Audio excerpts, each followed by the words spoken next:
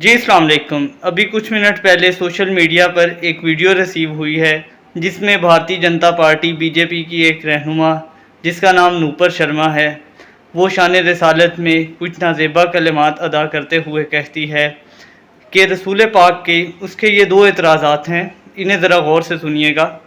پہلا اعتراض کہ رسول پاک گھوڑے پر بیٹھے اور آسمان میں چلے گئے، یعنی واقعہ معراج کی طرف اشارہ ہے۔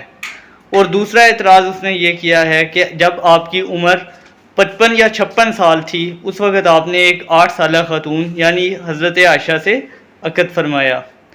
ان دونوں اعتراضات کے جواب ہم ہندوؤں کی بہت اہم اور مقدس کتاب مہابھارت سے دیں گے۔ تو پہلے اعتراض کا جواب یہ ہے کہ مہابھارت میں کچھ ایسی شخصیات کو متعارف کروایا گیا ہے جن کے پاس یہ طاقتیں تھیں کہ وہ کسی بھی وقت کچھ بھی کر سکتے ہیں۔ جیسے سب سے پہلے پتامہ بھیشم کے پاس یہ طاقت تھی کہ ان کے اپنی موت کا اختیار تھا، یعنی موت انہیں تب ہی آئے گی جب وہ خود چاہیں گے۔ دوسری شخصیت میگ ورن کی ہے۔ میگ ورن گھٹوچکچ کا بیٹا تھا اور اس کے پاس یہ طاقت تھی کہ وہ اڑ کر کسی بھی جگہ کسی بھی وقت جا سکتا ہے۔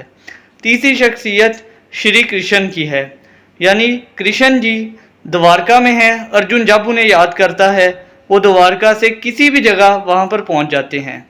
تو اسی طرح اللہ تعالیٰ کی ذات نے رسول اکرم صلی اللہ علیہ وسلم کو ایسی طاقتیں عطا فرمائی تھی کہ وہ کسی بھی وقت کچھ بھی کر سکتے تھے۔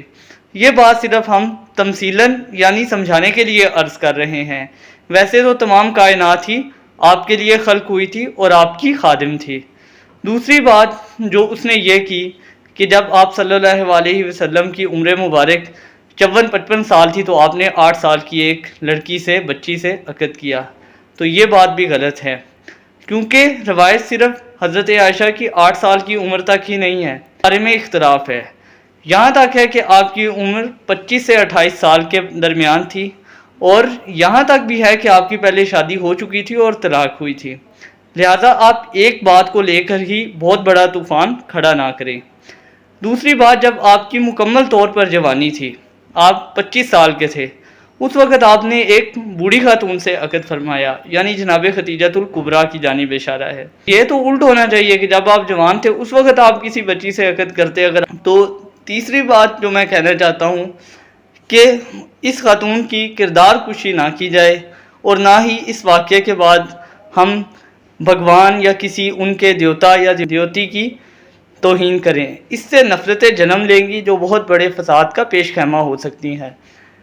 اور یہ بات اچھی ہے کہ اس نے اب اپنے بیان کو واپس لے لیا ہے، یہ چاہے کسی سیاسی پریشر کی وجہ سے ہوا ہے یا جو بھی ہوا ہے، اس کو ہم اپریشیٹ کرتے ہیں۔ شکریہ۔